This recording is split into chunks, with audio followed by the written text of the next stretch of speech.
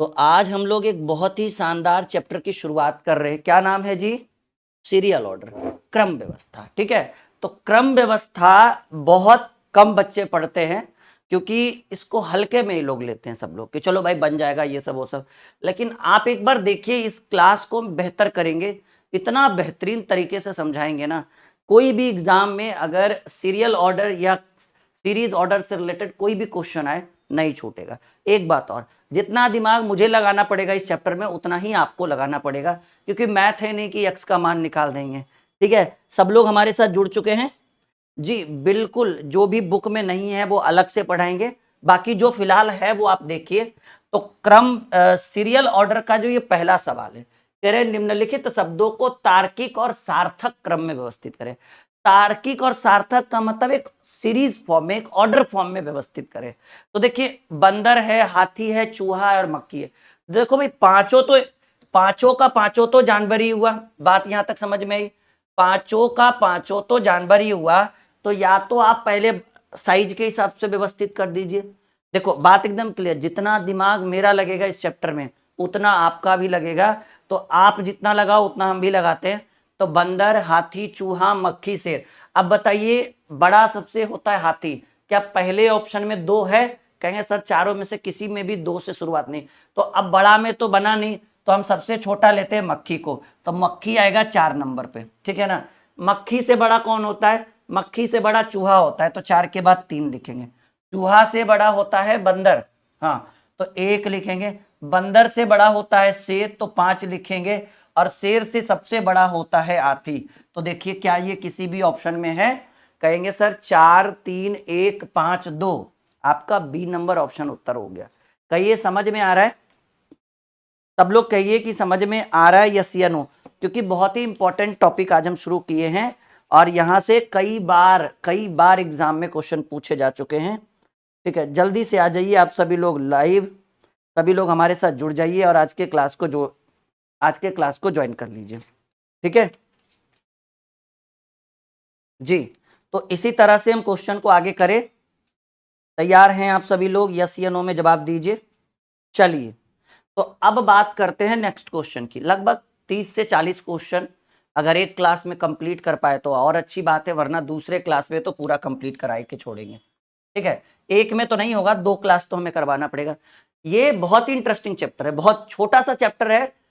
करते क्या है ना, लोग इग्नोर करके चलते इस टाइप के चैप्टर को, लेकिन हम इग्नोर नहीं होने देंगे।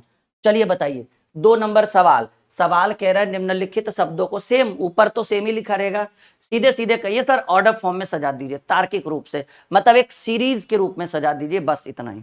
ठीक है, सब लोग हमारे साथ जुड़े रहिए। ठीक है, मैथ के चैप्टर की बात मैथ वाले बैच में करेंगे, रीजनिंग के चैप्टर की बात रीजनिंग वाले बैच में करेंगे, इस बात को ध्यान रखना है सब लोग। तार्किक और सार्थक क्रम में व्यवस्थित करें, तो बताइए तार्किक और सार्थक क्रम में पहले पदोन्नति, आवेदन, नौकरी पर नियुक्ति, लिखित परीक्षा या मेरिट सूची, पहले क्या करिएगा? कहेंगे सर पहले तो हमको लगता है कि हम आवेदन भरेंगे। फॉर्म भरिएगा तबे ना कोई परीक्षा दीजिएगा जी। तो पहले हम आवेदन भरेंगे, तो 2 नंबर ऑप्शन हुआ। आवेदन भरेंगे तो हमको लगता है कि लिखित परीक्षा ली जाएगी, हमारे साथ एग्जाम होगा। तो 2 के बाद 4, 4 के बाद हमको लगता है कि मेरिट सूची, मेरिट लिस्ट जारी होगा, यानी हो जाएगा आपका 5।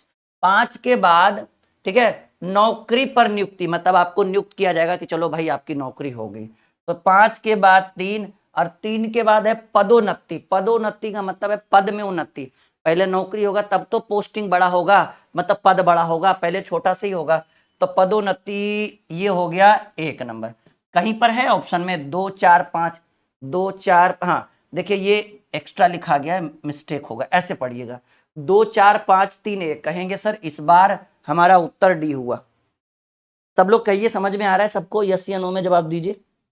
एक बार सब लोग कमेंट बॉक्स में कमेंट करिए, क्या ये बहुत ही अच्छा चैप्टर है आपके लिए? यस या नो में जवाब दीजिएगा। यस या नो में सभी स्टूडेंट, जितने भी स्टूडेंट हमारे साथ लाइव जुड़े हुए हैं, सब लोग बस हाँ या ना में जवाब दीजिए। क्या ये चैप्टर आपके लिए अच्छा है? क्या हमें ये चैप्टर शुरू करना चाहिए? नहीं, अब हम उन चैप्टर्स के ऊपर ज्यादा ध्यान देंगे जो कम बच्चे पढ़ते हैं। ठीक है, क्योंकि रिजल्ट वहीं से होगा। ठीक है, चलो अगले अगले प्रश्न की बात करें। हाँ, सबने कहा जी सर, बिल्कुल इंपॉर्टेंट है। तो चलो फिर अगर ऐसी बात है तो एक और क्वेश्चन, अभी बहुत सारे क्वेश्चन होंगे, लगभग 50 क्वेश्चन के आसपास इस चैप्टर में है और सारा पढ़ाई देंगे, टेंशन एक भी नहीं छोड़ेंगे, परेशान होने की जरूरत नहीं है, ठीक है ना जी। बिल्कुल बिल्कुल बिल्कुल बिल्कुल। सवाल कह रहे हैं निम्नलिखित शब्दों को तार्किक और सार्थक, ये तो एकदम कॉमन है, सब जगह रहेगा। देखो भाई, परिणाम, अभियान, शपथ, नामांकन, बताओ 3 नंबर क्वेश्चन का क्या आंसर होना चाहिए। पहले मतदान, ये हमको लगता है चुनाव से रिलेटेड वर्ड यूज हो रहा है कि परिणाम, अभियान, शपथ, नामांकन, मत, ज्यादा कुछ नहीं, एक पेन पेपर लेकर बैठिए और आंसर करते चलिए, क्वेश्चन लिखने की भी जरूरत नहीं है, ठीक है। 4 ऑप्शन आपके स्क्रीन के ऊपर, सुविधाएं उपलब्ध करवा रहे हैं हम आपको, बस चारों में से कोई एक चूज करना है। तो हमको लगता है कि 3 नंबर क्वेश्चन में पहले होना चाहिए, पहले पहले पहले पहले पहले पहले नामांकन करवाइएगा अपना, नॉमिनेशन होगा तब ना कि भाई हमको चुनाव में लड़ना है, नॉमिनेशन होगा, उसके बाद चुनाव प्रचार प्रसार, उसको कहते हैं अभियान चलाइएगा। तो नॉमिनेशन के बाद अभियान चलाइएगा, अभियान चलाने के बाद आपका मतदान होगा, आपका वोटिंग पड़ेगा, ठीक है। आपका जो है, एक सेकेंड, 3 नंबर क्वेश्चन है ना, हाँ जी, ठीक है। उसके बाद आपका वोटिंग होगा, वोटिंग के बाद आपका रिजल्ट आएगा जिसको हम कहते हैं परिणाम। अब परिणाम के बाद आपको दिलवाया जाएगा शपथ ग्रहण, ठीक है। और अगर इतना काम करिएगा तो 425 13 42513 पहले नंबर ऑप्शन है, एकदम कॉन्सेप्ट दे रहे हैं, क्लियरिटी दे रहे हैं, आप एक बार पढ़ के तो देखिए, कोई भी एग्जाम में आप अच्छे से क्रैक कर पाएंगे, ठीक है। और यहां से अगर एक क्वेश्चन भी आ जाए फिर तो मत पूछिए, नहीं आ रहा है सबको समझ में, तो ये बहुत इंपॉर्टेंट चैप्टर है आपके लिए। अगले क्वेश्चन की ओर बढ़े, चलो फिर नेक्स्ट क्वेश्चन आइए, सबको आ रहा है ना समझ में। पहले 4 नंबर, पहले आपका नॉमिनेशन होगा, नामांकन होगा, नामांकन होगा तो चुनाव प्रचार प्रसार करिएगा, यानी अभियान चलाइएगा, दौरा जिसको बोलते हैं। उसके बाद आपका मतदान होगा, आपका चुनाव होगा, मतलब वोट पड़ेगा, फिर रिजल्ट आएगा, हार जीत, और अगर जीतिएगा तो शपथ ग्रहण, नहीं जीतिएगा तो मुंह लटका के उधर कोने में बैठे रहिएगा, नहीं जी। सबको हमारा क्लास अच्छा लगेगा, बस बने रहिए। अब तो और सुविधाएं हम आपके लिए कर चुके हैं कि हम आपको पीपीटी, जैसे पहले क्या होता था कि हम क्वेश्चन लिख के करवाते थे, अब तो पीपीटी ऑलरेडी अवेलेबल है।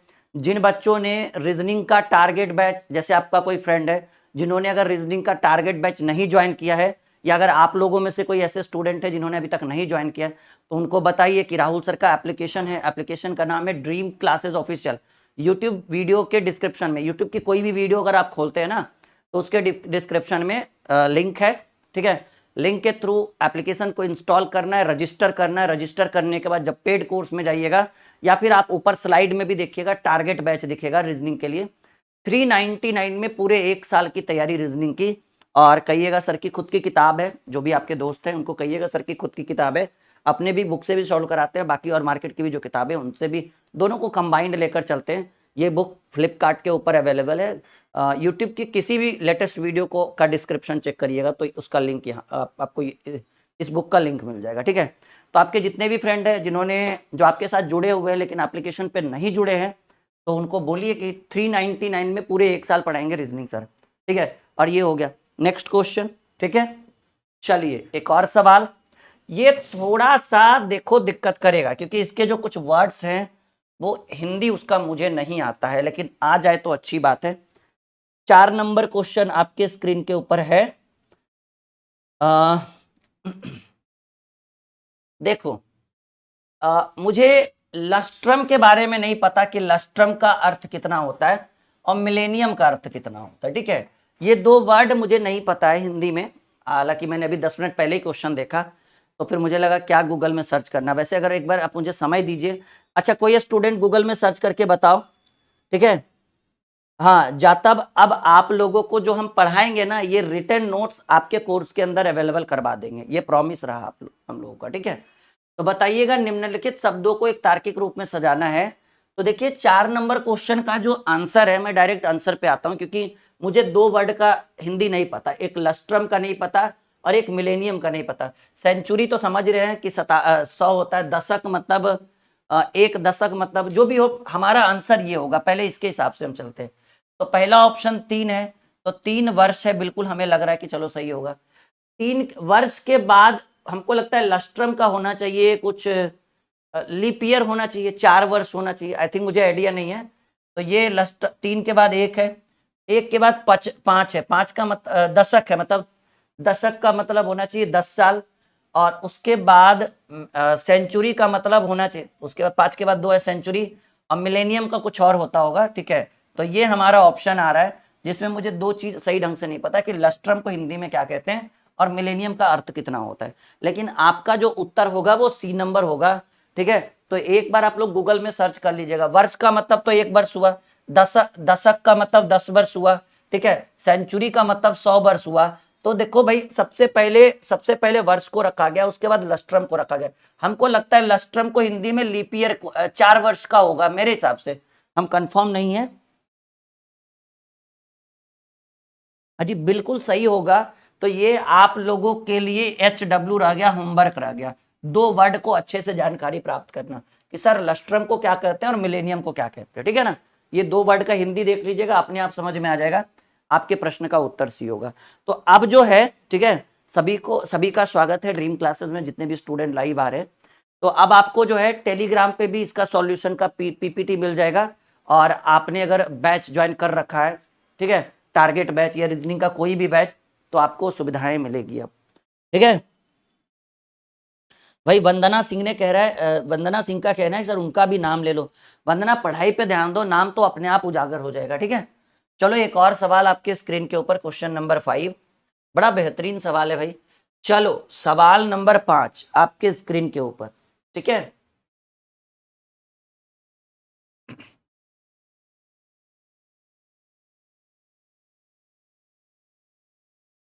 पहले है 4 ऑप्शन है, विश्व कप सेमीफाइनल मैच, विश्व कप फाइनल मैच, विश्व कप का आयोजन, और भाग लेने वाली टीमों का चयन, और फिर विश्व कप के विजेता।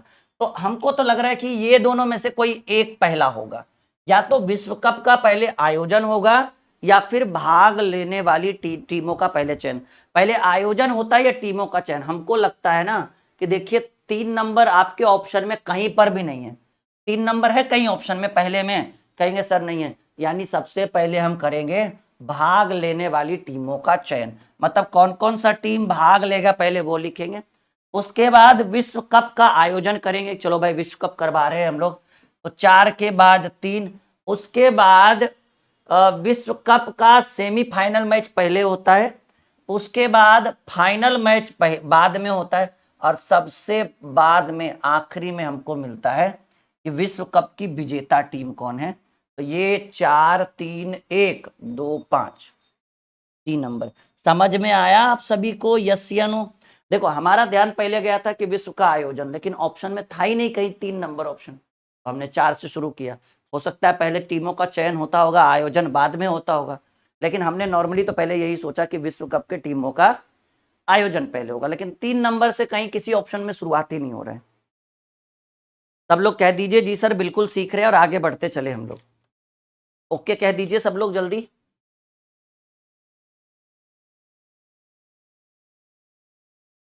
सबको आ रहा है समझ में? बहुत बढ़िया। और फिर क्या चाहिए? अगर इतना कॉन्सेप्ट हम आपको दे पा रहे, आप उस कॉन्सेप्ट को अच्छे से ग्रहण कर पा रहे, बस इतना करते रहिए, रिजल्ट आपके कदमों में आकर रुक जाएगा, कहेगा माफ कर दो माई बाप, अब कहीं नहीं जाएंगे, आप ही के पास रहेंगे, ठीक है, अगर अच्छे से पढ़ोगे तब, ठीक है। हाँ स्क्रीन सॉल्यूशन भी मिल जाएगा आप लोग को, ये प्रॉमिस रहा हमारा कि अब आप लोगों को स्क्रीन सॉल्यूशन भी मिल जाएगा, क्योंकि अब हमारे एप्लीकेशन के ऊपर, हमारे पैनल के ऊपर वो सारी सुविधाएं उपलब्ध करा दी गई है। चलो एक और सवाल, ऊपर पढ़ने की जरूरत नहीं है, सबको तार्किक और सार्थक क्रम में, मतलब एक ऑर्डर फॉर्म में सजाना है। बताओ पहले क्या होता है? क्वेश्चन नंबर 6, संगठन में रिक्त पद, आवेदन प्राप्त करना, लिखित परीक्षा और साक्षात्कार, और पदों के लिए, अच्छा देखो ये गड़बड़ कर दिया, ये इधर लिख दिया है और ये इधर लिख दिया है, पूरा पूरा नहीं लिखा है। तो हमको लगता है चयनित उम्मीदवारों को नौकरी की पेशकश और नियुक्ति और व्यवहारिक परीक्षण, पहले क्या करेंगे? पहले हमको तो ये तो पता चले कि कितना वैकेंसी खाली है, कितना संगठन में कितना रिक्त पद है, पहले हम ये निकालेंगे। जैसे मान लो रेलवे की कोई वैकेंसी आती है तो पहले क्या आता है कि हाँ भाई 50,000 पोस्ट खाली है, तो हमको लगता है कि सबसे पहले आएगा संगठन में रिक्त पद, यानी हम 1 को लिखें। उसके बाद पदों के लिए आवेदन आमंत्रित करना, नहीं ठीक लिखा हुआ है, पदों के लिए आवेदन आमंत्रित करना या आवेदन प्राप्त करना। पहले आवेदन भेजेंगे, इनविटेशन भेजेंगे, तभी तो वो प्राप्त करेगा, कहेगा चलो ठीक है।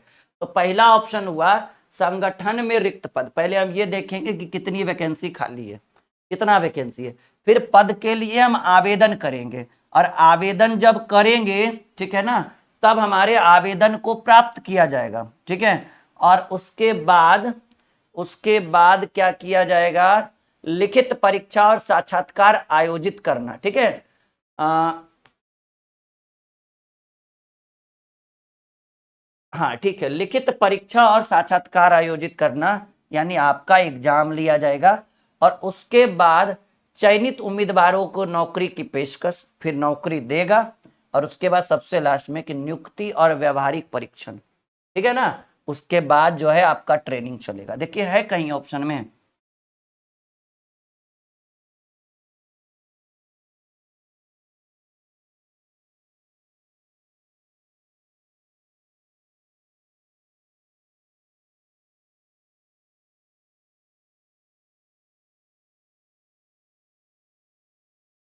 जी बिल्कुल। देखिए पहले बहुत ही सिंपल सी बात करें हम, ठीक है, आराम से पढ़िए, धैर्य और संयम के साथ, रिजल्ट के ऊपर फोकस होना चाहिए, नौकरी अच्छे से, ठीक है। तो सबसे पहले क्या करेंगे, पहले हम देखेंगे सर कितना पोस्ट खाली है, कितना वैकेंसी है, तो 1 नंबर। उसके बाद हम कौन सा ढूंढेंगे, हम देखेंगे लिखित परीक्षा, पहले परीक्षा, भाई पोस्ट देखे तुरंत परीक्षा हो जाएगा। आवेदन प्राप्त करना, आवेदन करेंगे तब तो प्राप्त करेगा, तो पहले देखिए पद के लिए आवेदन आमंत्रित करना, कि हाँ भाई हम भी फॉर्म भर रहे हैं, हमारे आवेदन को आमंत्रित करिए, स्वीकार करिए। तो हमने कहा चलो भाई स्वीकार करते हैं, तो 1 के बाद 4, 4 के बाद हम 2 किए। जब स्वीकार भेजेंगे आवेदन को, तब ना आवेदन उसको प्राप्त होगा। उसके बाद जब आवेदन प्राप्त हुआ तो हमने 3 लिया। आवेदन प्राप्त होने के बाद आपका परीक्षा होगा, उसके बाद 5 लिया। परीक्षा के बाद चयनित उम्मीदवारों को नौकरी देगा, और नौकरी देगा तो व्यवहारिक परीक्षण, जिसको हम लोग बोलते हैं ट्रेनिंग देना। बस हो गया क्लियर, ठीक है। सबको आ रहा है समझ में? वेरी गुड आफ्टरनून, सबका वेलकम है ड्रीम क्लासेस में। देखो सीरीज ऑर्डर हो, सीरियल ऑर्डर हो, कोई इशू नहीं है, दोनों एक जैसा ही लगभग रहता है। तो कहिएगा तो चैप्टर का नाम चेंज कर देंगे, नहीं तो फिर यही ठीक है। चलो एक और सवाल बताओ, निम्नलिखित वाक्यांशों को तार्किक और सार्थक क्रम को इंगित करने वाली सही विकल्प को चुने। दुनिया, gateway of India, Maharashtra, Bharat, Asia, Mumbai. बताओ पहले किसको चुनेंगे। सबके प्रश्न में शुरुआत हो रहा है गेटवे ऑफ इंडिया का, 3 से शुरुआत हो रहा है ना, 3 में कौन बैठा हुआ है, गेटवे ऑफ इंडिया। कहेंगे सर पहले गेटवे ऑफ इंडिया, अब गेटवे ऑफ इंडिया है महाराष्ट्र में, महाराष्ट्र है मुंबई में, मुंबई है भारत में, सॉरी मुंबई है भारत में, भारत है एशिया में, और एशिया है दुनिया में।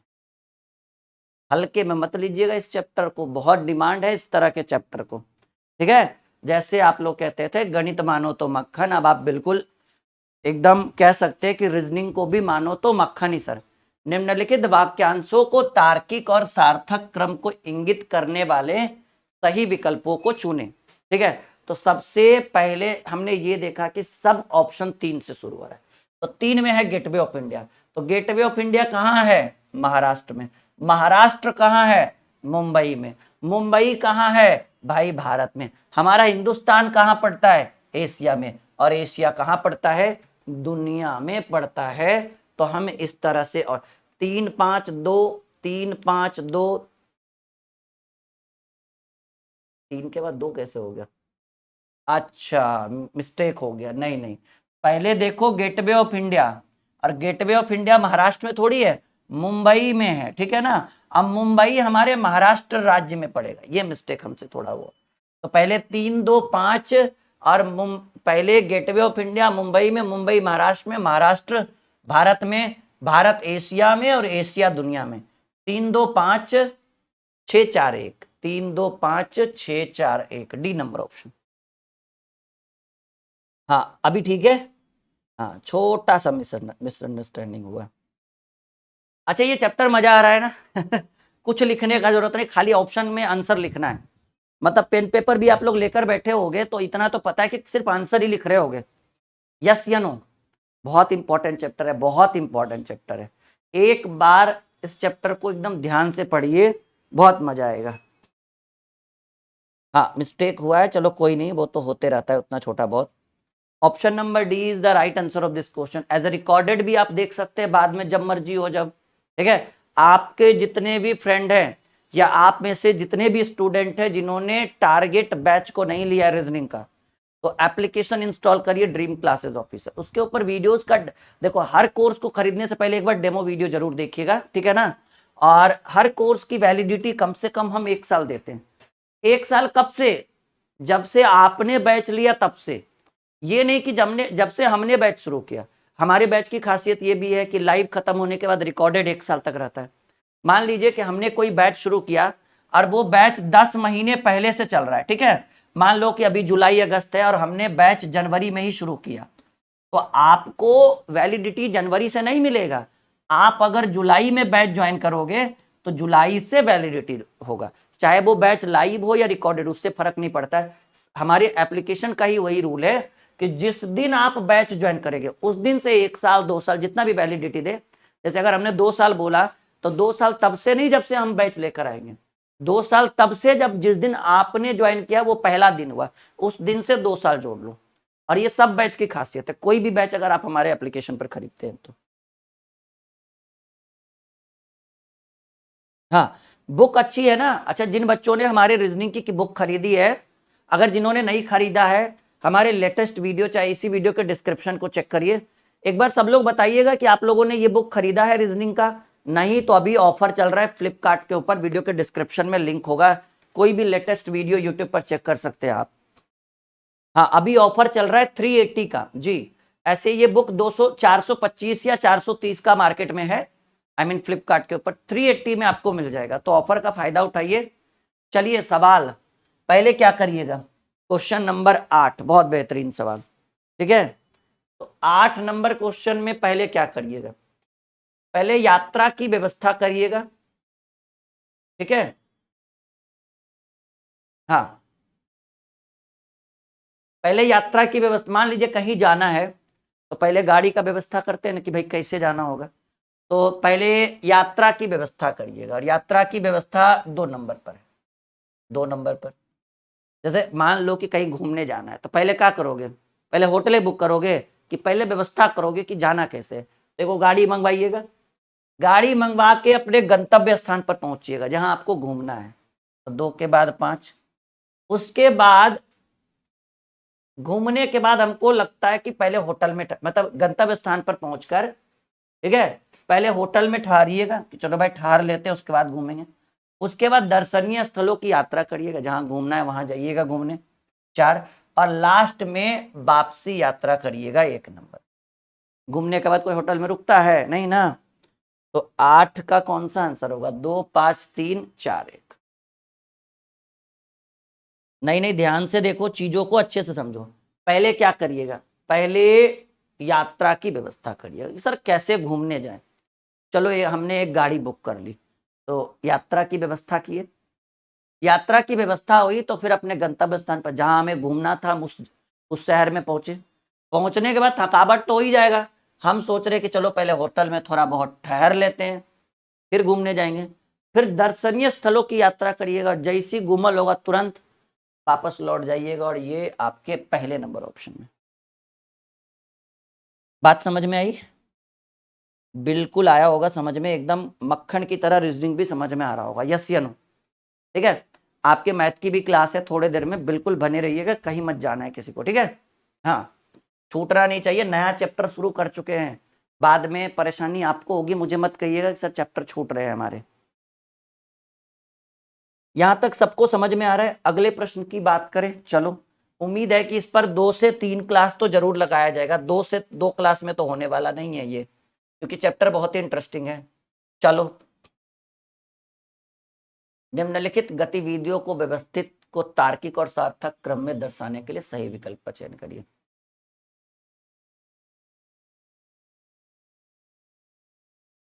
पहले हमको लगता है कि आवेदन पत्र को भरिएगा, नहीं, इस बार टॉपिक है बैंक का अकाउंट खोलने के क्रम में, ठीक है। तो पहले आवेदन पत्र भरिएगा, जो फार्म होता है। उसके बाद आवश्यक दस्तावेज भी साथ में जमा करिएगा। देखिए ना, आवेदन पत्र भरने के बाद अपना डॉक्यूमेंट दीजिएगा ना, आधार कार्ड, पैन कार्ड, जो भी है। इसको जैसे ही जमा करिएगा, बैंक खाता आपका खुल जाएगा, 2 नंबर। और जब बैंक खाता खुलेगा तो पैसा जमा करना और निकालना आपका अधिकार हो जाएगा। और उसके बाद जब पैसा नहीं रहेगा तो क्या करिएगा, लास्ट में खाता बंदे करवाइएगा ना। ये हो गया आपका सीरियल ऑर्डर। ये आपका है, बहुत इंपॉर्टेंट चैप्टर है, बहुत इंपॉर्टेंट है, ठीक है। तो ये कौन सा ऑप्शन हुआ, 1 3 2 5 4, 1 3 2 5 4, बी नंबर ऑप्शन। क्या 9 का बी आपका उत्तर है? यस या नो में जवाब दीजिएगा। है इंपॉर्टेंट चैप्टर। ये इंपॉर्टेंट है या नहीं, ये आपको पता है कब पता चलेगा, जब आप 2-4 किसी परीक्षा में बैठोगे और जब लगेगा कि सर एक एक क्वेश्चन हर एग्जाम में यहाँ से पूछ रहा है, तब लगेगा ये सर ने 2-3 क्लास करवाया था इसके ऊपर, लगता है कि बहुत अच्छे तरीके से हमने करा नहीं है। तो ये आपका हो गया इस तरह से सॉल्यूशन, ठीक है। बात समझ में आई? यस या नो में जवाब दीजिए सब लोग, ठीक है। ये इस तरीके से एडजस्ट कर सकते हैं। चलो एक और सवाल।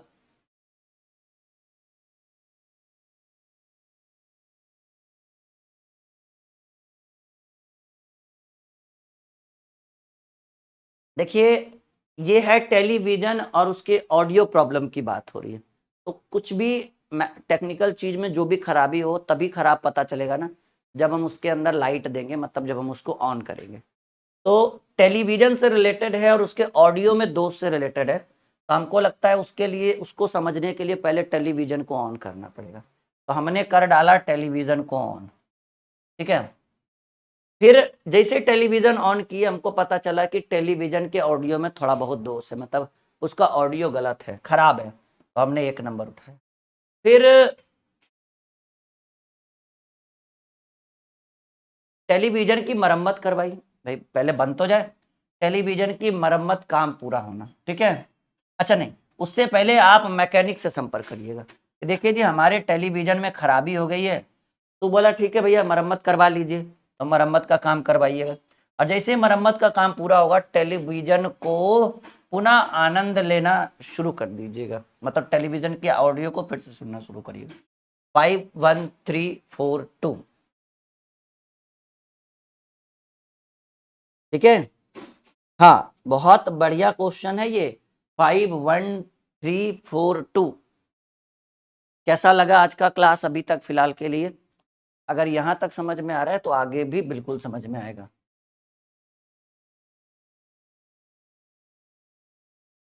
यहां तक बातें क्लियर हुई? कहेंगे जी सर बिल्कुल समझ में आ रहा है।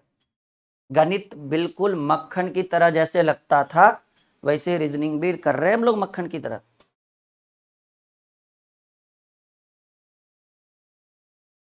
क्लियर? तो बहुत इंपॉर्टेंट चैप्टर है ना। एक और क्वेश्चन हम करते हैं, अगर ऐसी बात है तो। चलो भाई, चलिए एक और सवाल बहुत बेहतरीन आपके स्क्रीन के ऊपर। विवाह सभागृह निश्चित करना। सभागृह का मतलब कहाँ, मतलब मैरिज हॉल जिसको कहते हैं। विवाह का दिन तय करना, मेहमानों को आमंत्रित करना, विवाह समारोह संपन्न करना, निमंत्रण कार्ड की छपाई करना। सबसे पहले क्या करिएगा, इन पांचों में सबसे पहले हम कहेंगे कि सर मैरिज हॉल कौन सा बुक होगा ब्याह के लिए, वो तो पहले खोज ले। तो विवाह सभागृह निश्चित करना यानी मैरिज हॉल को पहले चूज करना, 1 नंबर। उसके बाद मैरिज हॉल जैसे समझ में आया ना, विवाह का दिन तय करिए। कार्ड बाद में छपेगा, पहले डेट तो छप जाए। तो विवाह का कार्ड छपाए, डेट तय किए 2। उसके बाद हमको देखिए लग ही गया कि ये हो गया, ठीक है ना। क्वेश्चन नंबर 11 है ना ये आपका।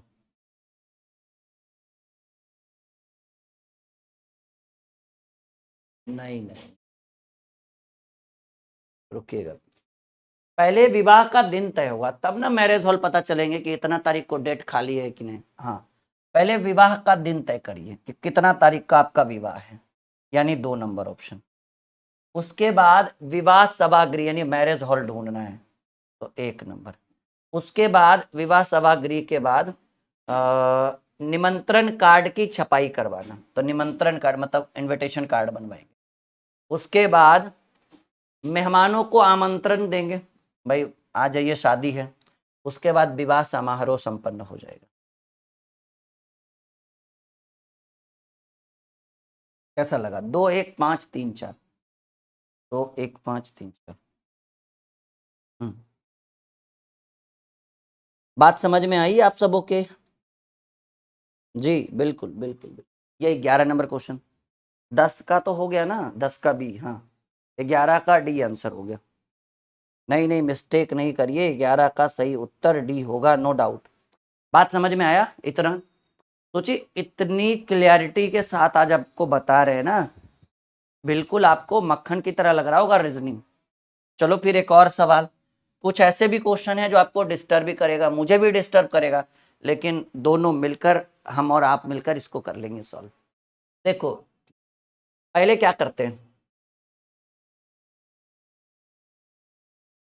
पहले घड़ी में अलार्म लगाते हैं, मतलब ये एग्जाम से रिलेटेड कोई प्रश्न टॉपिक है कि अगला दिन आपको पेपर देने जाना है, तो पहले क्या करिए, कहेंगे सर पहले तो घड़ी में अलार्म लगाएंगे कि कल एग्जाम है। सही बात, अलार्म रहेगा तभी तो अगले दिन उठेंगे, तो घड़ी में अलार्म लगाएंगे 1 नंबर। अब एग्जामिनेशन हॉल में तो अलार्म लगाने देगा नहीं, तो घर पे ही लगेगा ना। उसके बाद कपड़े पहनेंगे और तैयार होके चले जाएंगे एग्जामिनेशन हॉल, मतलब कपड़ा पहनना और तैयार होना। फिर जैसे ही तैयार होके जाएंगे तो परीक्षा केंद्र पर पहुंचेंगे।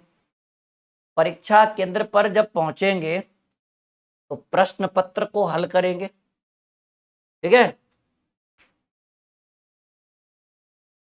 ओहो नहीं, फिर एक और मिस्टेक, पहले अलार्म, घड़ी में अलार्म लगाना सबसे पहले काम, फिर अलार्म का घंटी बजना दूसरा सबसे बड़ा काम, उसके बाद कपड़े पहनकर तैयार होना चाहिए 5वां काम, उसके बाद परीक्षा केंद्र पर पहुंचेंगे तो 4 नंबर, उसके बाद प्रश्न पत्र को हल करेंगे तो 2 नंबर, उसके बाद लास्ट में उत्तर पुस्तिका मतलब आंसर शीट लौटा देंगे 6 नंबर। ये आपका एक्चुअल आंसर है। 3 1 3 5 4 2 6, फिर से डी नंबर, 12 का भी डी आंसर होगा। हाँ जी, ममता राजपूत ने कहा कि सर अलार्म लगाने के बाद अलार्म बजेगा। जी सही बात है बिल्कुल, कि अलार्म जब लगेगा तो पहले बजना भी तो चाहिए, तो अलार्म लगाने के बाद अलार्म बजेगा, नो डाउट, बिल्कुल सही बात कहा आपने। यहां तक आ गया समझ में सबको? नहीं जी, अलार्म लगने के बाद अलार्म बजता है, जी बिल्कुल सही बात। हम आगे बढ़े, चलो फिर।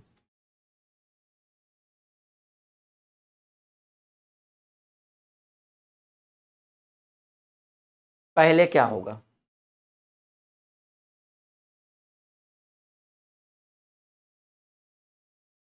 वार्षिक परीक्षा 12वां, परिणामी घोषणा 12वां। देखिए स्कूल से निकलिएगा, 12th का पेपर देके तबे ना कॉलेज में जाइएगा, तो पहले एक बार 5 नंबर और 6 नंबर ऑप्शन देखिए। पहले आप 12वीं की वार्षिक परीक्षा दीजिएगा और परिणाम घोषणा होगा कक्षा 12 का, उसके बाद आप स्कूल से निकलकर कॉलेज में चले जाइएगा। तो हमको लगता है कि सर पहले वार्षिक परीक्षा होगा 12th का, फिर परिणाम का घोषणा होगा 12th का, उसके बाद कॉलेज में उसके बाद कॉलेज में दाखिले के लिए यहाँ से ये यहाँ होना चाहिए, दाखिले के लिए आवेदन करना, ठीक है। बात समझिए, तो पहले आप क्या करेंगे कि 12th का पेपर देंगे, 12th पास होंगे, उसके बाद आप करिएगा कॉलेज में दाखिले के लिए आवेदन, कि चलो भाई हमें अब कॉलेज में एडमिशन करवाना है, तो 4 नंबर। जब आवेदन करिएगा तो प्रवेश योग्यता के आधार पर आपकी सूची तैयार होगी, होता है ना, फर्स्ट मेरिट में, सेकंड मेरिट में, कब आपका सूची आएगा, सूची तैयार होगा। उसके बाद कॉलेज में दाखिला मिलेगा आपको, और दाखिला जब मिलेगा तब 1 नंबर। कॉलेज में कक्षाओं में उपस्थित रहना। देखिए है कहीं पर ऑप्शन 5 6 4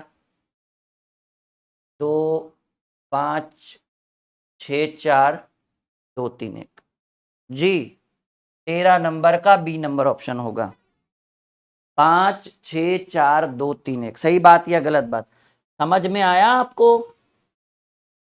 सब लोग हाँ ना में जवाब दीजिएगा जी। एकदम इंपॉर्टेंट चैप्टर है ये और अच्छा भी लग रहा है, तभी हमारे साथ आप लोग जुड़े हुए नहीं।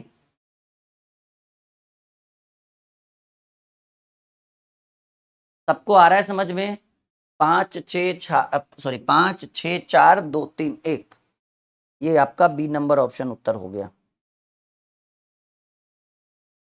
पहले 12th पास होइएगा तब ना कॉलेज में जाइएगा। 12th तक तो हमारा स्कूल होता है 1 to 12।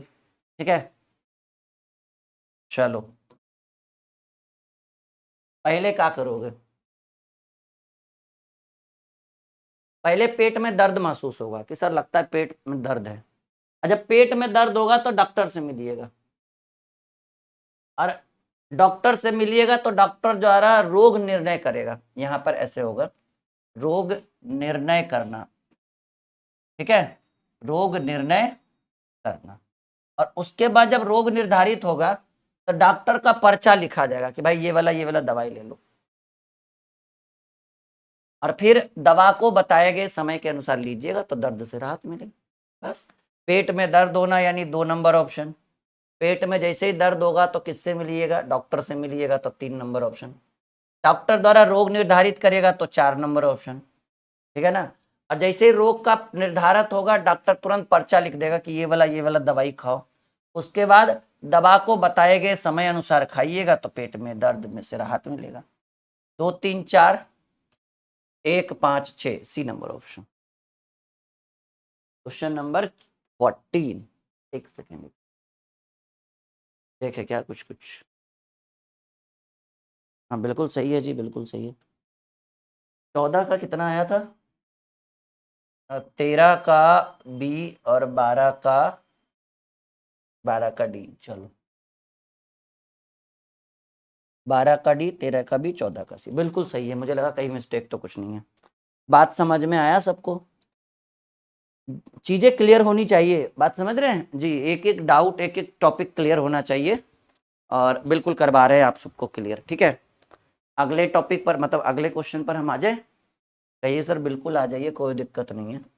देखो इसके बारे में भी मुझे थोड़ा सा ज़्यादा नॉलेज है नहीं क्योंकि मैं बायोलॉजी स्टूडेंट हूँ नहीं। तो अब ये फिर भी मैं कोशिश करूँगा कि एक बेहतर आपका मैं करूँ। देखो सबसे जब मतलब एक मान लीजिए कि एक बीज का या किसी भी चीज का एक सजीव प्राणी का जन्म होना रहता है ना जो सबसे पहले बनता है हाँ वो सबसे पहले बनेगा अंडा। अंडा होगा ना। ठीक है ठीक है अंडा मन जैसे जानवर की बात करें। ठीक है तो पहले सबसे छोटा होता है अंडा। अंडा का अंडा से जब बड़ा होगा ना तो अंडा का होगा लार्वा। लार्वा से जब बड़ा होगा तो वो होगा प्यूपा और उसके बाद होगा तितली की बात हो रहा है तो तितली की बात करिए और उसके बाद मृत्यु। समझिए इस चीज को क्योंकि इस प्रश्न में तितली का चर्चा हो गया है। तो तितली एक जानवर है पक्षी है तो सबसे छोटा जो स्वरूप होता है वो अंडा होता है। अंडा के बाद तितली का जब अंडा फूटता है ना तो वो लार्वा बनता है उससे बड़ा। फिर लार्वा से वो प्यूपा बनता है और प्यूपा बनने के बाद वो तितली बनकर निर्मित होती है। और फिर जब कोई भी चीज जो सजीव आता है उसकी मृत्यु तय है। तो हम 2 नंबर 5 3 1 4 2 ये आपका उत्तर हो गया। ठीक है बिल्कुल सही बात 5 3 1 4 2 सही उत्तर है। इंटरेस्टिंग चैप्टर है ना? यस या नो में जवाब दीजिएगा सब लोग हाँ या ना में। है ना इंटरेस्टिंग चैप्टर? बिल्कुल होना भी चाहिए क्यों नहीं होगा भाई। ठीक है तो ये बहुत ही इंटरेस्टिंग चैप्टर है। चलो एक और सवाल इसमें करते हैं। हाँ जी ये तो आसान है उम्मीद है कि ये सब लोग बना पाएंगे। नहीं सबसे पहले बात करें तो सबसे पहले होता है शैशवा अवस्था। बच्चों का जो सबसे छोटा एज होता है ना, उसको हम कहते हैं शैशवा अवस्था। शैशवा अवस्था से जब बच्चा निकलता है तो वो जाएगा बचपन में। नहीं, हाँ, शैशवा अवस्था के बाद हो जाएगा बचपन में। बचपन से थोड़ा सा बड़ा होगा तो किशोरावस्था में चला जाएगा। उससे थोड़ा सा बड़ा होगा तो वो वयस्क हो जाएगा, और फिर लास्ट में उसको वृद्धावस्था में जाना। 3 1 4 2।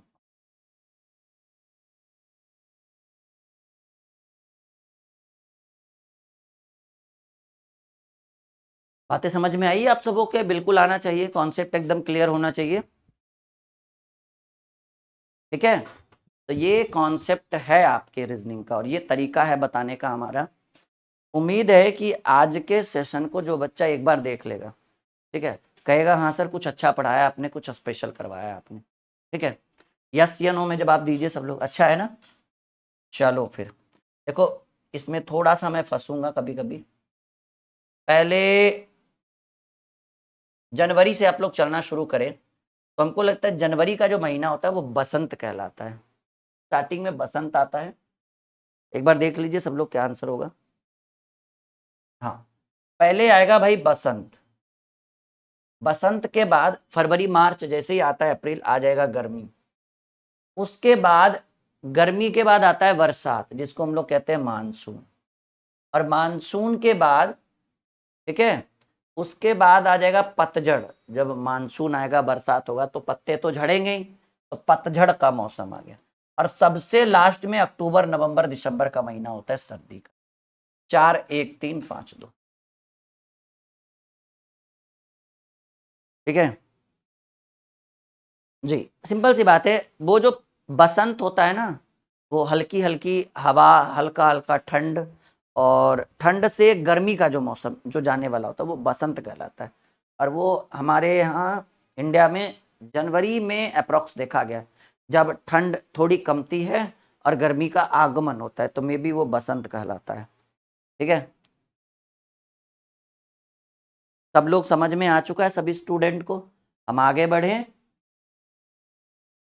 चलो, ये दूसरा टाइप है, तो आज के सेशन को टाइप 1 तक रहने देते हैं।